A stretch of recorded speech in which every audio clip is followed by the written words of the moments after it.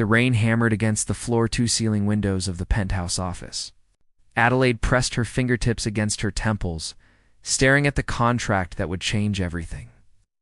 3 months, Dominic Ashford said, his voice cutting through the storm's rhythm. Play the part. Convince my family. Walk away richer. She looked up at him. The CEO's jaw was tight, his dark eyes holding secrets she'd spent 2 years learning to read. But tonight, something was different. Desperate. Why me? Because you're the only person in my life who doesn't want something from me. He moved closer, and she caught the scent of expensive cologne mixed with exhaustion. You see the man, not the fortune? Adelaide's heart kicked against her ribs. She'd buried her feelings for him so deep she'd almost convinced herself they didn't exist. Your mother will see through this, and we make it real enough that she can't. Words hung between them like a promise or a threat. Outside, lightning split the sky, illuminating the sharp angles of his face. She picked up the pen. Her hand trembled as she signed her name, which led her a step closer to the edge of something she couldn't name. Dominic's fingers brushed hers as he took the contract. The touch lasted a second too long. Welcome to the game, Adelaide. But when she looked into his eyes, she saw something that made her breath catch. This wasn't a game to him. Not anymore. Tomorrow night, he said quietly. My family's gala. Wear something that makes them forget you were ever just my secretary. She nodded, unable to speak. As she turned to leave, his voice stopped her. Adelaide, she glanced back. Thank you for saving me. The words struck something raw inside her chest. She walked out into the rain, wondering which one of them was really being saved and which one would end up destroyed. The ballroom glittered with crystal chandeliers and false smiles. Adelaide's emerald dress clung to her like armor as Dominic's hands settled on the small of her back, burning through the silk. Breathe, he murmured against her ear. You're doing perfect. But perfect shattered the moment Eleanor Ashford appeared, a vision in white, with eyes like winter frost. Dominic. Lenore's voice dripped honey and poison. You didn't mention your little secretary would be here. Adelaide felt Dominic's fingers tighten possessively. Adelaide isn't my secretary anymore, Eleanor. She's with me. Lanor's laugh was sharp enough to draw blood. How convenient. Right after I told your mother we were rekindling things? The world tilted. Adelaide looked at Dominic, saw the muscle jump in his jaw. That was 5 years ago, he said coldly. We're done, are we? Eleanor stepped closer, her perfume suffocating. Does your sweet little pretend girlfriend know why we ended? Does she know what you did?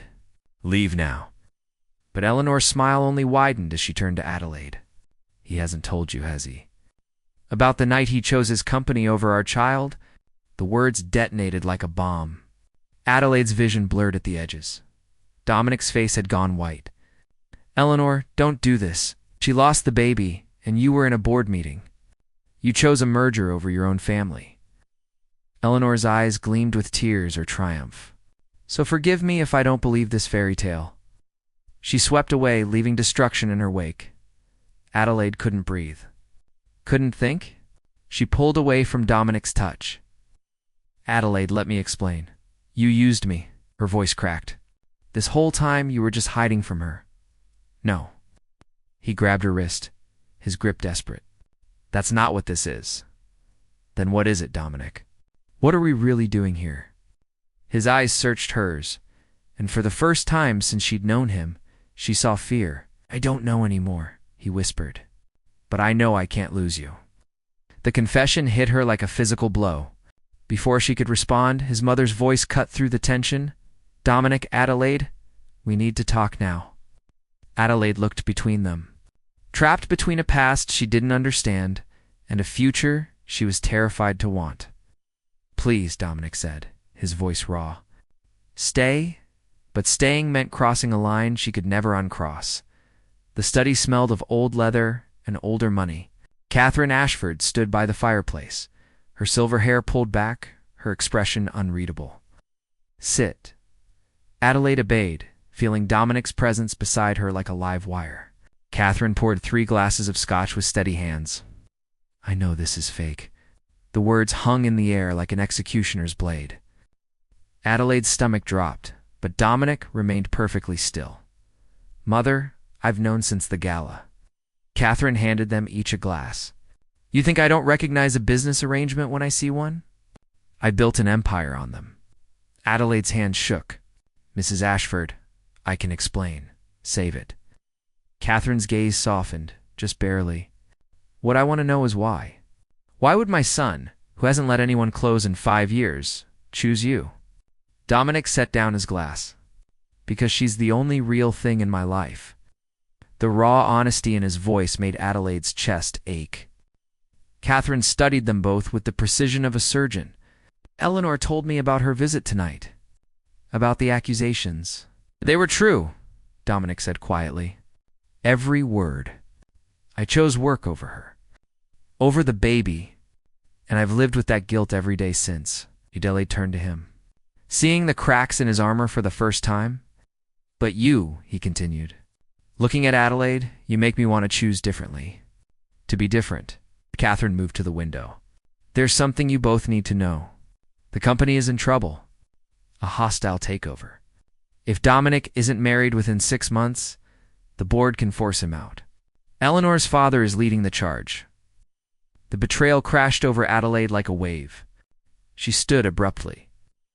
"So this was never about matchmaking. This was about saving your company." "It started that way," Catherine admitted. "But what I see between you two, that's real. Whether you admit it or not." Adelaide laughed bitterly. "Nothing about this is real, isn't it?" Dominic stood, his voice urgent. "These past 3 weeks, every moment we've spent together, you're telling me that was all an act?" "Yes." The lie tasted like ash. Liar. He stepped closer, his eyes blazing. "You feel this too? Tell me I'm wrong." Adelaide's defenses crumbled. "What do you want from me, Dominic?" "Everything." The word was a confession and a plea. "I want everything you've been too afraid to give me." Catherine cleared her throat. "There's more.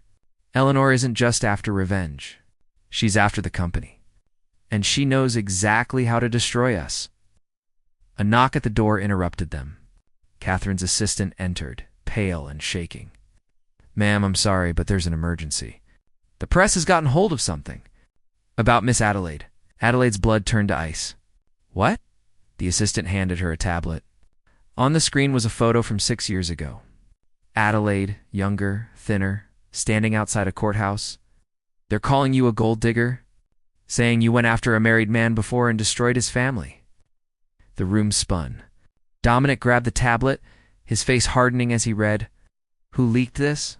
"Who do you think?" Catherine said grimly. Adelaide felt the walls closing in. "That article is a lie. But it doesn't matter. By morning, I'll be destroyed. And so will your family's reputation." "Then we fight back," Dominic said fiercely. "How?" Adelaide's voice broke.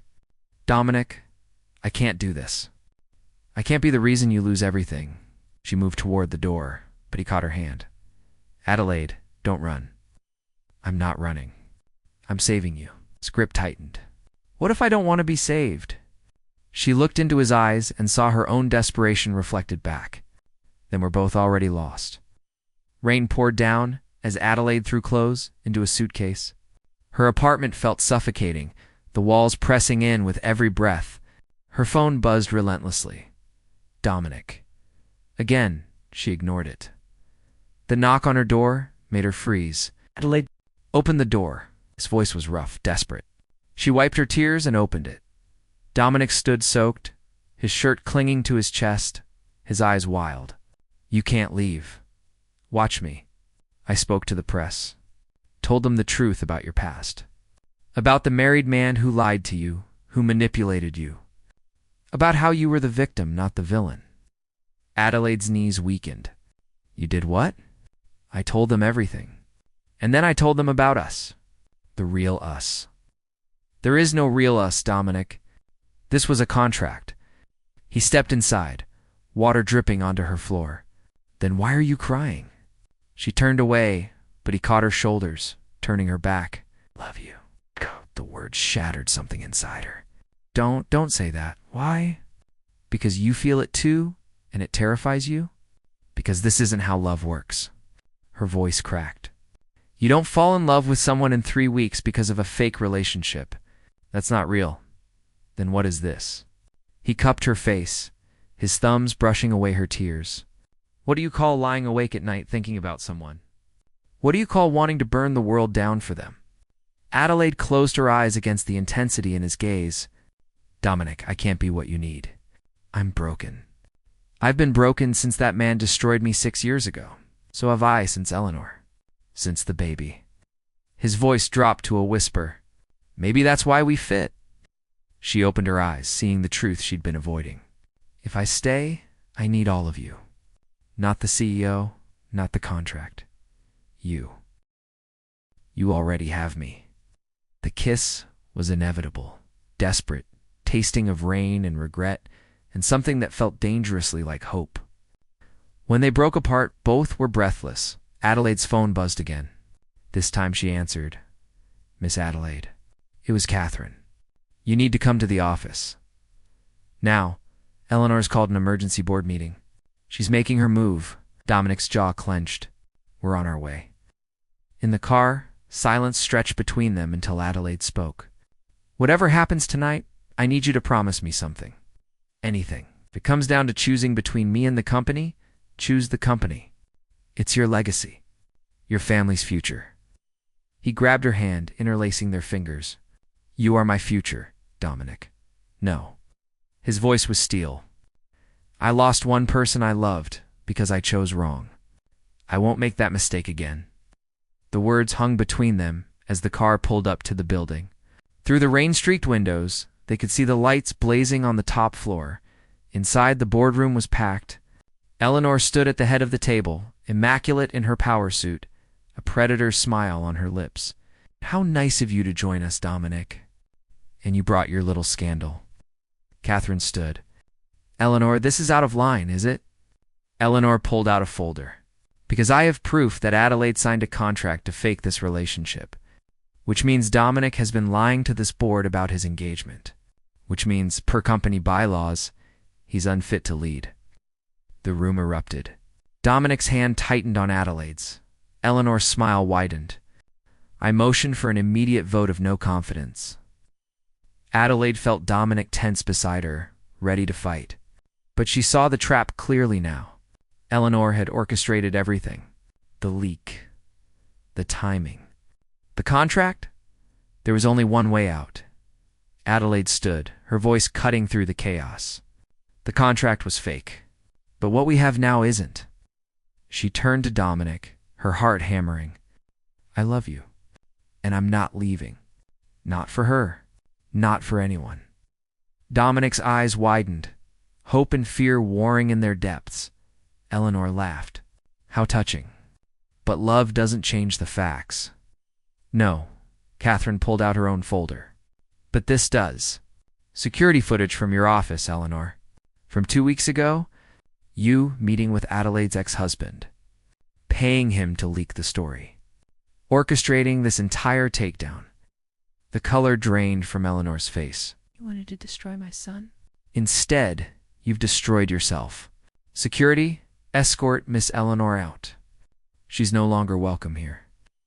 As Eleanor was led away, her mask finally cracking, she looked at Dominic with something like grief. I really did love you once. Before you taught me that love makes you weak, the doors closed behind her. Dominic pulled Adelaide into his arms, and she felt him shaking. You meant it. What you said? Every word? Even though I'm a disaster? Especially because of that. He kissed her forehead, and she felt the shift between them. The pretending was over. Whatever came next would be real, messy, and terrifying. Marry me, he whispered. For real this time. Adelaide pulled back to look at him.